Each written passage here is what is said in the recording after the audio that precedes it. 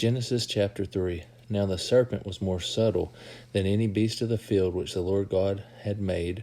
And he said unto the woman, Yea, hath God said, Ye shall not eat of every tree of the garden? And the woman said unto the serpent, We may eat of the fruit of the trees of the garden, but of the fruit of the tree which is in the midst of the garden, God hath said, Ye shall not eat of it, neither shall ye touch it, lest ye die. And the serpent said unto the woman, Ye shall not surely die, for God doth know that in the day ye eat thereof, then your eyes shall be opened, and ye shall be as gods, knowing good and evil.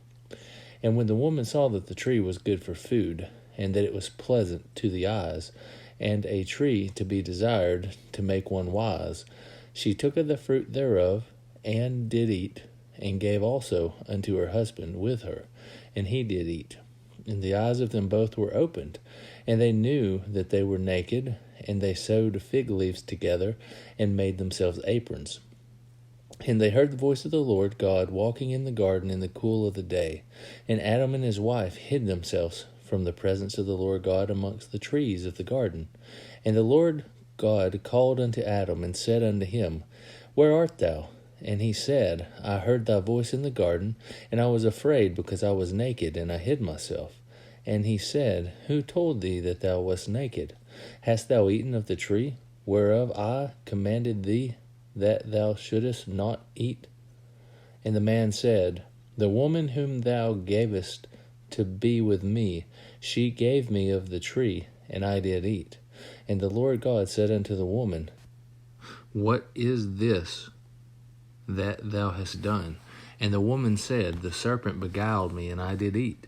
And the Lord God said unto the serpent, Because thou hast done this, thou art cursed above all cattle, and above every beast of the field. Upon thy belly shalt thou go, and dust shalt thou eat all the days of thy life.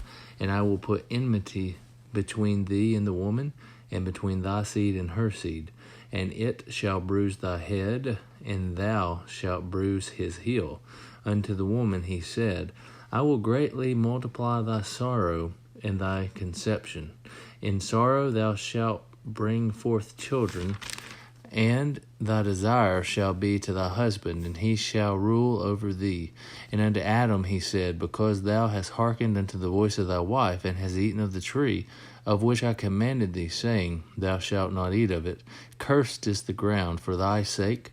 In sorrow shalt thou eat of it all the days of thy life. Thorns also and thistles shall it bring forth to thee, and thou shalt eat the herb of the field. In the sweat of thy face shalt thou eat bread, till thou return unto the ground. For out of it wast thou taken, for dust thou art, and unto dust shalt thou return. And Adam called his wife's name Eve, because she was the mother of all living. Unto Adam also, and to his wife, did the Lord God make coats of skins, and clothe them. And the Lord God said, Behold, the man is become as one of us, to know good and evil. And now, lest he put forth his hand, and take also of the tree of life, and eat, and live forever.